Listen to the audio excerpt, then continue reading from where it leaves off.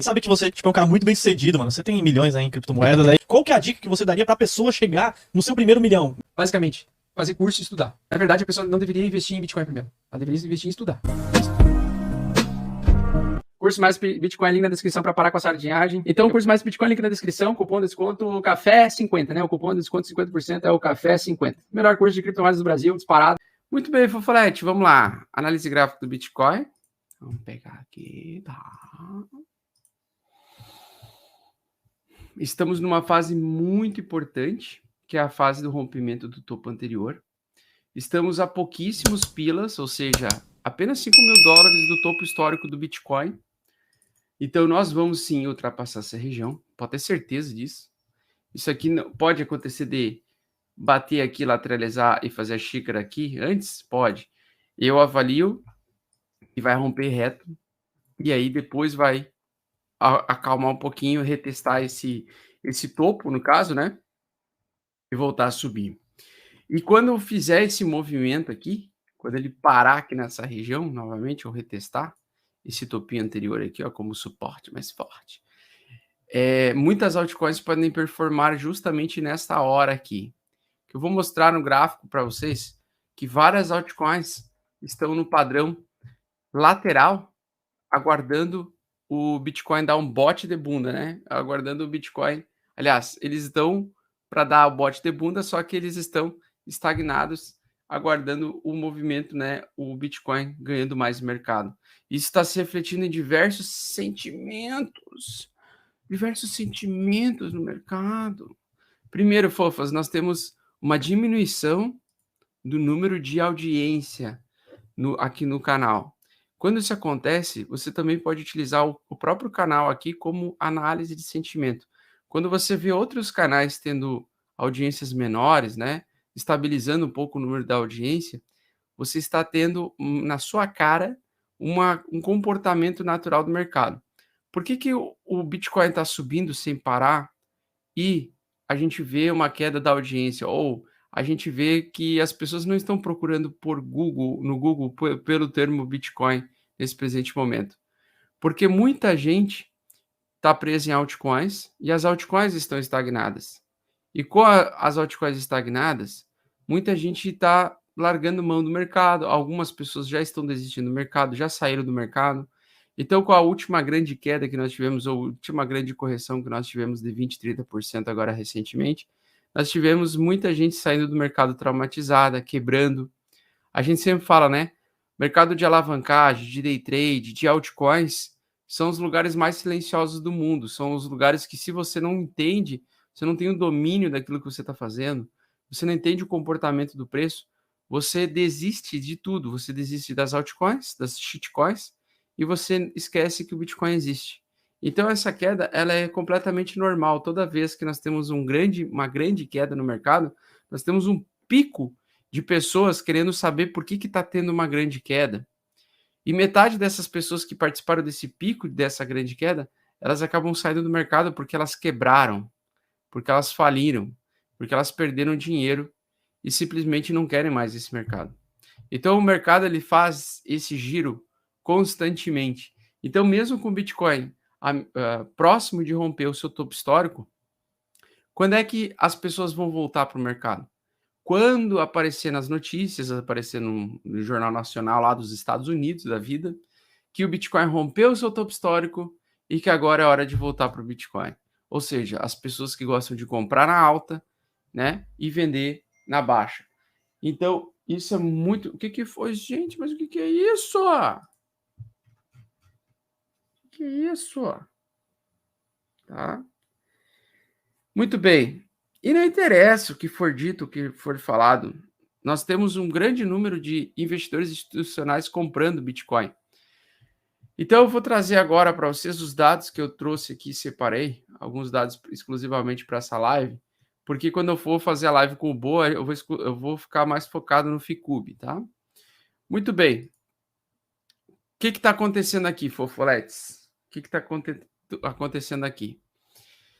Veja que algumas mídias sociais está começando a ter um aumento do pico de volume de pessoas querendo participar do mercado, né? Querendo falar de long, short e participação. Grupos do Telegram. Mas compare antes desse último movimento aqui desse dia 15 de outubro aqui, compara ele com o dia 11 de outubro de 2018, por exemplo, né? Como nós tivemos um pico muito alto, né? Quando o mercado ali praticamente, aliás, 11 de outubro de 2020, no ano passado, quando nós tivemos um pico muito forte de gente participando do mercado cripto, né? E nós tivemos uma quantidade muito elevada de participação de pessoas em Telegram, Facebook. Essa análise de sentimento aqui, ela aborda essa dominância social, ela aborda diversos tipos de mídias sociais, Facebook, Telegram, Twitter e assim por diante. Então, só agora, só nessa última alta aí, que nós temos um pouquinho de aumento de atividade tímida, parecida com a atividade que nós tivemos ali quando o preço caiu, né? Então, nós temos uma atividade de dominância parecida, tá? Deixa eu dar uma olhada aqui também. Outra coisa, os funding rate, né? Ou seja, as taxas para você manter posição de mercados futuros. Os longers estão pagando os shorters, ou seja, tem mais apostadores agora em alta novamente, o que é muito bom para uma tendência de alta e para uma continuação de tendência de alta, e tem poucos shorters pagando os longers. Então, não tem atualmente, agora na análise de sentimento que a gente vê, numa tendência de alta, a gente quer ver essa taxa dos apostadores de alta pagando para quem está apostando em baixa, para que essas pessoas que estão apostando em baixa recebam taxas de derivativos futuros para serem liquidados, né, para tentar manter esse mercado de apostadores de baixa indo contra uma tendência de alta poderosa, né, que praticamente é um puta pivô de alta maravilhoso ali formando. E essa galera vai tentar manter, né, ou essas corretoras de alavancagem vão tentar manter uma quantidade de pessoas apostando em queda do Bitcoin a qualquer momento. Isso é muito positivo porque essas pessoas vão sendo liquidadas ao longo do tempo e o mercado continua tendo capital e os grandes vão ter capital suficiente para estimular a compra a mercado dos Bitcoins, ou seja, vão ficar comprando os novos Bitcoins que são emitidos pelos mineradores. Então, nós vamos ter continuação de alta, tá? O que essa análise de sentimento me mostra é que a gente recém começou a pernada de alta mesmo, tá? Além disso, eu adicionei aqui no Sentiment, né, que é a nova plataforma que eu comprei para utilizar para os grupos de membros exclusivos do Mestre Bitcoin, aqui do canal. Eu coloquei ali 100 e 10 mil, eu adicionei e juntei as duas carteiras, 100 mil e 10 mil Bitcoins, tá? Quem tem 100 a 10 mil Bitcoins, você pode ver o comportamento deles, né? Nessa baixa, nós estamos tendo uma escadinha, ou seja, ele estabiliza, volta a subir, estabiliza, volta a subir, cada vez mais surgem mais players com acima de 100 Bitcoins até 10 mil, tendo interesse em comprar Bitcoin, ou seja, oficialmente nós estamos em uma fortíssima tendência de alta, tá? Fortíssima. Outra análise muito importante, que pouca gente se toca de fazer também, é a de mudança de ciclo através do comportamento dos investidores de Ethereum que compram WBTC, ou seja, travam Bitcoin dentro da rede Ethereum e colocam como colateral dentro dos cofres lá da MakerDAO para produzir DAI e poder, com esses DAIs emprestados, conseguir comprar mais, alavancar mais Bitcoins. Ou seja, nós temos um comportamento de alavancagem no Ethereum, na rede Ethereum, utilizando WBTC e utilizando como colaterais dentro da rede Ethereum. Então, basicamente, nós temos comportamentos diversos de que nós estamos em uma continuação de alta e que provavelmente, a gente vai ter um rompimento de primeira desse topo histórico, né? Então, vamos ver, geralmente a maior parte das vezes, na probabilidade, tá? Se eu não conhecesse o Bitcoin, na maior parte das vezes ele vem aqui, recusa na primeira vez, faz uma lateralidade aqui,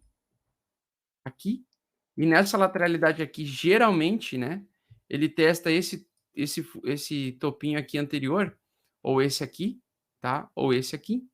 ele testa essa região aqui dos 59 de novo, então ele bate lá em 65, volta para 59. Quando ele faz esse movimento de bater em 65 e 59, começa a entrar muita gente no mercado. Ou seja, quando a gente vem para romper o topo anterior, a gente tem uma entrada muito violenta de novas pessoas e de pessoas que estão voltando para o mercado, digamos assim, dos investidores de varejo, né? O varejo volta violentamente. E aí, se a gente tiver essa lateralidade aqui, ó, se a gente tiver essa lateralidade aqui de 65 a 59 por um tempo, antes dele conseguir romper a tampa, se acontecer agora isso, na próxima semana ou daqui a 2 semanas, nós vamos ter explosão de alta de várias altcoins, que estão no modo banho-maria, aguardando o Bitcoin ganhar cada vez mais mercado, e quando o Bitcoin dá uma estagnadinha, ele vai romper. Acontece que eu acredito que nessa vez, e pode muito bem acontecer isso, do Bitcoin romper reto aqui, ó. Varar reto aqui, ó. Tá? Ele lá para 72, por exemplo, lá para 72, ao invés dele parar aqui em 65, ele passa o 65, vai lá para 72 ou 70 mil. E aí, na volta, numa lateralização, em queda aqui, com a lateralidade aqui em cima para voltar a subir, aqui as altcoins podem performar. Então, a questão é saber quando que o Ethereum vai ter o Bitcoin lateralizando para ele conseguir capturar bastante mercado, né?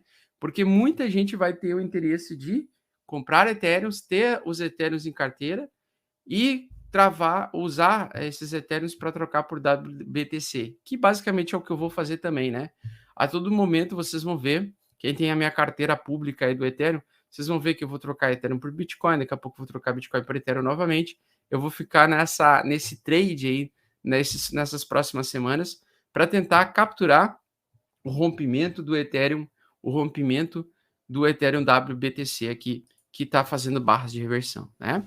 E aí, muitas vezes a gente acorda de manhã cedo, então a gente tem a estratégia definida, a gente acorda de manhã cedo, tem uma puta barra vermelha gigantesca aqui, ó, indo contra, até colocar uma flechinha aqui apontando, ó. E aí a gente até adiciona algumas médias, ó, porque ele basicamente está preso entre essas duas médias aqui, né? Ele recusa a média de 8, mas também não perde a média 21. Então, o importante, ao longo do dia, é não acordar e tomar nenhuma decisão. É aguardar para esperar como vai ser a continuidade dessa barra. Ou seja, tomar uma decisão amanhã, se caso ele venha para baixo aqui, ó, vale a pena, isso se começar a barra das 9 horas da noite, né? Então, vamos dizer que termina a barra, vamos dizer supostamente que essa barra vermelha aqui que vocês estão enxergando, ela termine assim, desse jeito que ela está, às 9 horas da noite. Qual é o ideal, né? O ideal é esperar às 10 horas da noite, às 22 horas, ver se o preço vai voltar a subir amanhã aqui. E aí vale mais a pena estar exposto em Ethereum do que em Bitcoin. Só que se a gente tiver uma continuidade, ou seja, uma segunda barra vermelha surgindo aqui às 22 horas, vai valer a pena, né? Possivelmente arriscar ficar em Bitcoin, ou seja, WBTC dentro da rede Ethereum. Porque isso aqui é um sinal, para mim, de que do que o Ethereum quer ganhar aquele valor de mercado, que eu acredito que ele vai ganhar, e na minha opinião, provavelmente ele vai conseguir romper a média de 8, porque ele vai se sustentar acima da média 21 no final de semana e vai conseguir romper. É isso que eu quero ver, tá? Romper na média de 8, ele vai fazer um pivô de alta acima da média de 8 aqui, e aí nesse gráfico aqui, ele antecipa aqui, vai dar para ganhar mais dinheiro segurando Ethereum do que Bitcoin no final do ciclo, que é uma coisa que pode acontecer. Se ele começar a recusar hoje às 9 horas da noite, então se ele abrir às 9 horas da noite a próxima barra, continuar vermelha, né, continuar em queda, ou indefinida, perdendo a mínima dessa barra aqui, vai valer mais a pena possivelmente se manter em Bitcoin, porque o Bitcoin tenderá a aumentar a sua dominância perante ao Ethereum e pode vir buscar até a média 56 aqui, que é o 0,052 mil satoshis, tá? Então ela sai de uma condição de 63 mil satoshis e vai parar lá em 52 mil satoshis. E aí talvez aqui numa barra de reversão vale a pena entrar aqui mais tarde, tá? Então eu vou ficar agora no final desse ciclo de alta muito entre essas duas moedas principais aí, né? A maior parte mais de 80% tem que ter entre Bitcoin e Ethereum, tá? Tem que estar entre essas duas, porque quando a gente elevar o valor aqui, passar o topo, essa galera aqui, ó, que tá baixo o interesse do Bitcoin agora, ou seja, por que a audiência cai e a audiência é altíssima aqui? Aqui tem 8 mil pessoas numa live, né? Aqui aparece 8 mil pessoas na live quando o Bitcoin está com interesse de 100 ao 100% aqui no Google, ou quando ele sobe um pouquinho também, como aconteceu recentemente aí nas grandes quedas. Então, nas grandes quedas, o interesse também começa a aparecer. Porque as pessoas querem pesquisar por que o Bitcoin está caindo, por que o Bitcoin...